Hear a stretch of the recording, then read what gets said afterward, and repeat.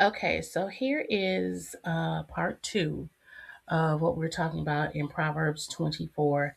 And part one was basically pulling out the evildoers, how we should respond, and how we should feel in our response, knowing that if we walk completely with God, we're gathering the wisdom that He's given us. We are moving forward in our assignments. We're being obedient to the call. Okay. The other verses, and there are 34 verses in this chapter. Now, mind you, the first two verses and then the other six, that is 8 verses out of 34 verses. So that means that we still have 26 verses that help us regarding business, ministry, and life. And here at Marketplace Ministry Bible Study, that's exactly where we want to go. That's exactly what we want to do. And so I want to pick out, and this one too will be under 10 minutes, but I want to pick out the one, the particular scriptures or the particular verses that will help you when you disregard what we were talking about in part one. So let's go with the first verse I want to pull out here is verse 5 in 24, which says, "A wise man is strong, yea, a man of knowledge increases in strength." Verse 6 says, "For by wise counsel thou shalt make thy war, and in multitude of counselors there is safety."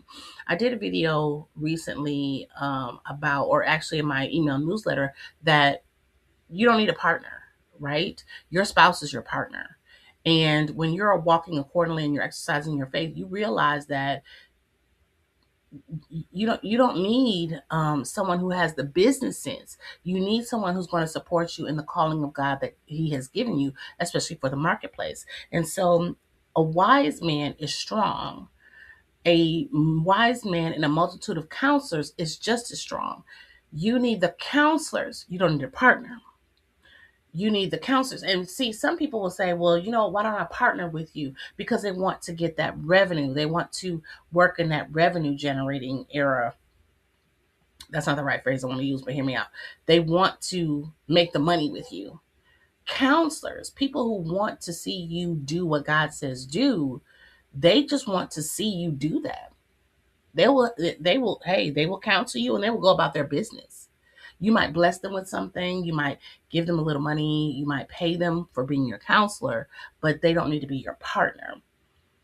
But the counselor, yeah, don't run from that because you need that. The Bible also talks about how we should assemble together, right? In business, this is your assembling together. As a faith-based entrepreneur, this is your assembling together. And so, verse 10 says, "If thou faint in the day of adversity, thy strength is small." What does that mean? That means that the joy of the Lord isn't your strength. It can be if, in the face of adversity, you falter. Let me use myself as an example again. Last year, I could have faltered in so many ways. There was a risk in me losing my business. There was a risk in me losing integrity, and I probably have lost some integrity over the years because trying to do everything for everybody.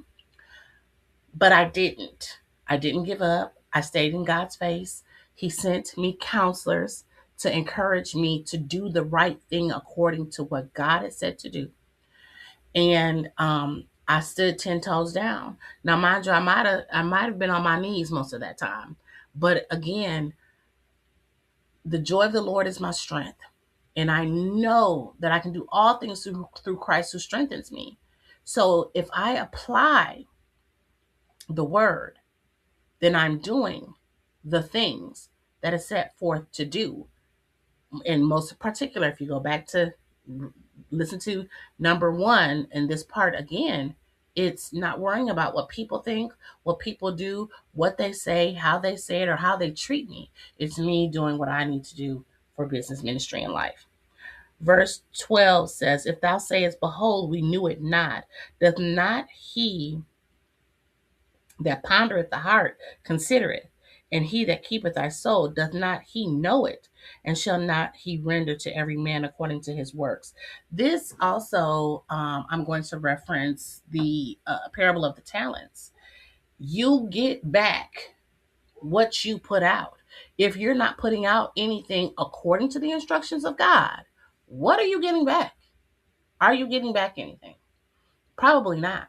So the reason why you're not making money, or you're not increasing in revenue, or you're not increasing in people to help you to get to that next level, talking about the counselors, it's because you aren't putting anything out. You're not getting back, because the word says, and shall not he render to every man according to his works. You're not working. Faith without works is dead. You're not working. You're not putting any action behind it. You're not working. Verse 14, so shall the knowledge of wisdom be unto thy soul when thou hast found it. Then there shall be a reward, and thy expectation shall not be cut off. Reward. Let me just give you the breakdown of 13 and 14, although I didn't read 13. The study Bible says wisdom's effect on the soul is comparable to honey's sweetness in one's mouth. Those who feast on wisdom will never lose their hope for the future. I feasted on wisdom last year, so I didn't lose hope. I'm still in the position. A win is a win. I'm still in a position to build my business and actually rebuild for the things that fell off. A win is a win. 16, for a just man falleth 7 times and rises up again, but the wicked shall fall into mischief. You're going to fall, but as long as you're holding on to God, as long as you're looking up, let me put it this way, as long as you're looking up to God, you're looking up for his instructions, you're looking out for everything that he has given you. Okay, you're gonna fall, but you're gonna get up. You have to know and feel in your heart of hearts that you're going to get up. Again, you're not looking to the left nor to the right. You're looking up. You're looking out at God and what he's saying for you to do. Verse 21, my son, fear thou the Lord and the king, and meddle not with them that are given to change. Verse 22, for their calamity shall rise suddenly, and who knoweth the ruin of them both? Listen, fear the Lord. The first part of this is fear the Lord. Fear what God will do to you if you don't do what you're supposed to do. Fear what God will do to you if you worry about people or start pointing your fingers at people and what they're doing, trying to be antagonizing. Fear what the Lord will do to you. 27, prepare thy work without and make it fit for thyself in the field, and afterwards build thine house. Verse 29, say not, I will do so to him as he hath done to me. I will render to the man according to his work. No. One, set out to prepare the work. Set out to do the thing. Set out to make it for yourself in the field. If you followed my the most recent reigniting the marketplace, I shared Ecclesiastes 11 verse 6.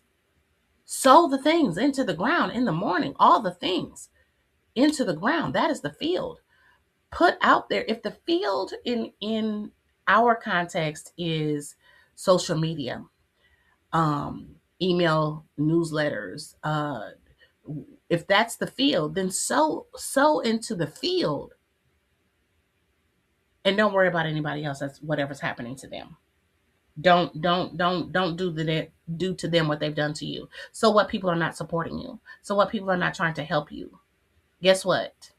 You still have to do the thing. You still have to sow into the ground. If that ground is social media, get out there and do it.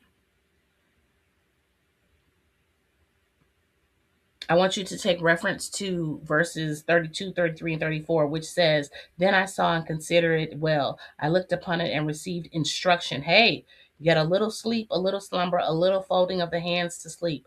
So shall thy poverty come as one that travaileth, and they want as an armed man. If you do not put forth the effort, you will, or put forth the work, you will go down into poverty. But if you do the work, you may get a little sleep. You may get a little slumber. But guess what? It is done. God bless. Talk to you soon.